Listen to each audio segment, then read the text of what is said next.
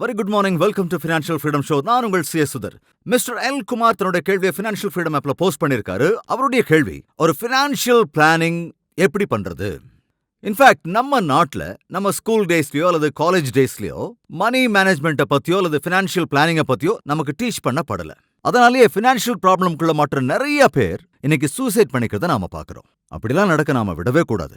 நீங்களே சொந்தமா ரொம்ப எளிய வழியில ஃபினான்ஷியல் பிளானிங் எப்படி பண்ணலாங்கிறத நான் உங்களுக்கு கற்றுக் கொடுக்குறேன். பணத்தை வச்சு நீங்க என்னென்னலாம் செய்றீங்க அப்படிங்கிற கேள்வியை உங்களை நீங்களே முதல்ல கேட்டுக்கணும். வழக்கமா நான் சொல்ற மாதிரி 5 காரியங்களை நாம செய்வோம். பணம் சம்பாதிக்கிறோம், பணம் சேமிக்கிறோம், பணத்தை செலவழிக்கிறோம், பணத்தை இன்வெஸ்ட் பண்றோம், அதே மாதிரி பணத்தை கடனாவும் வாங்குறோம். இதுக்கு மேல பணத்தை வச்சு எதையும் செய்ய மாட்டோம். சோ ஃபினான்ஷியல் பிளானிங் ஸ்டாண்டர்ட் அடிப்படையில ஃபினான்ஷியல் பிளானிங்கோட ஃபர்ஸ்ட் ஸ்டெப் என்னன்னா ரிஸ்க் பிளானிங். ரிஸ்க் பிளானிங்னா என்ன? நான் ஒரு பணக்காரனா ஆகாட்டியும் பரவாயில்ல, நான் ஒரு ஏழை ஆகிடக் கூடாது. அப்படின்னா என்ன அர்த்தம்? ஒருவேளை சடனா நீங்க இறந்து போயிட்டீங்கன்னு வச்சுக்கலாம். நாளைக்கே நீங்க இறந்துட்டா உங்க குடும்பத்தோட நிலைமை என்ன ஆகும்? இதுவரைக்கும் உங்களால வீட்டுக்கு கிடைச்சிக்கிட்டு இருந்த வருமானத்தை உங்க குடும்பம் இப்ப இழந்து போயிடும். அதாவது ஒவ்வொரு மாசமும் ஒவ்வொரு நாளும் கூட.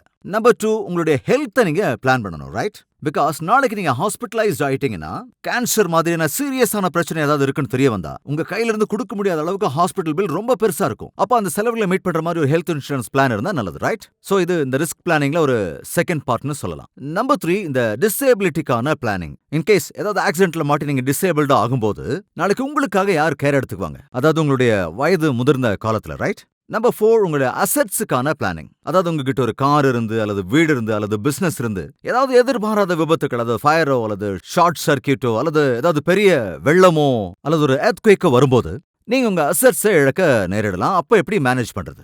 சோ இந்த எல்லா விஷயங்களுமே கவர் பண்ணப்படணும்.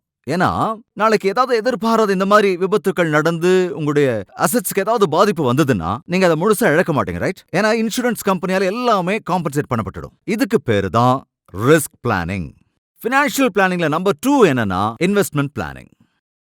இந்த இன்வெஸ்ட்மெண்ட் பிளானிங்கை பொறுத்த வரைக்கும் நல்லா கவனிச்சுங்க. இதை நீங்க வேற ஒரு கோணத்துல அணுக வேண்டி இருக்கும். அதாவது இன்வெஸ்ட்மெண்ட் பிளானிங் அப்படிங்கிறது இன்வெஸ்ட் பண்றதுக்கான வழி இல்ல. ஏன் இன்வெஸ்ட் பண்றோம்? இன்வெஸ்ட்மெண்ட் பிளானிங்னாவே பொதுவா நிறைய பேர் எங்க இன்வெஸ்ட் பண்ணலாம் அப்படிங்கறத பத்தின விஷயம் நினைக்கிறாங்க. அது தப்பு. அது எங்க இன்வெஸ்ட் பண்றோம், எதுக்காக இன்வெஸ்ட் பண்றோம், எப்போ இன்வெஸ்ட் பண்றோம், எப்படி இன்வெஸ்ட் பண்றோம், எப்போ அதை திரும்பி எடுப்போம், எப்படி உங்க கோலுக்கு ஏத்த மாதிரி உங்க இன்வெஸ்ட்மெண்ட்டை மேப் பண்றது, அதோட அசெட் அலோகேஷன் மாதிரியான நிறைய விஷயங்கள் எல்லாமே இதுக்குள்ள வந்துரும். சோ ஒரு இன்வெஸ்ட்மெண்ட் அப்படிங்கிறது சரியான அசெட் கிளாஸ்க்குள்ள பண்ணப்படணும். அதுவும் சரியான இன்வெஸ்ட்மெண்ட் டூல்ஸ் அல்லது சரியான இன்வெஸ்ட்மெண்ட் வெஹிக்கிள்ஸ்ல செய்யணும். சோ இந்த விஷயங்கள் எல்லாம் தான் ஃபினான்ஷியல் பிளானிங்கோட செகண்ட் காம்பனன்ட். அண்ட் ஃபினான்ஷியல் பிளானிங்ல தேர்ட் காம்பனன்ட் என்னன்னா ரிட்டையர்மெண்ட் பிளானிங். பிகாஸ் உங்களுக்கு ஒரு நாள் வயசு அதிகமாயிடும், அன்னைக்கு உங்க இன்கமும் நின்னு போயிடும், ரைட்? அப்போ இன்கமே இல்லாம உங்களால எப்படி சர்வே பண்ண முடியும்? சோ நீங்க ரிட்டையர்ட் ஆகணும்னு விரும்புறீங்கன்னு வச்சுக்கலாம். அதாவது உங்க 45 வயசுலயோ அல்லது 50, 55 வயசுலயோ அந்த ரிட்டையர்மெண்ட் ஏஜுக்கு அப்புறம் எப்படி உங்க வாழ்க்கையை நடத்த போறீங்கிறத இப்பவே நீங்க பிளான் பண்ணி ஆகணும்.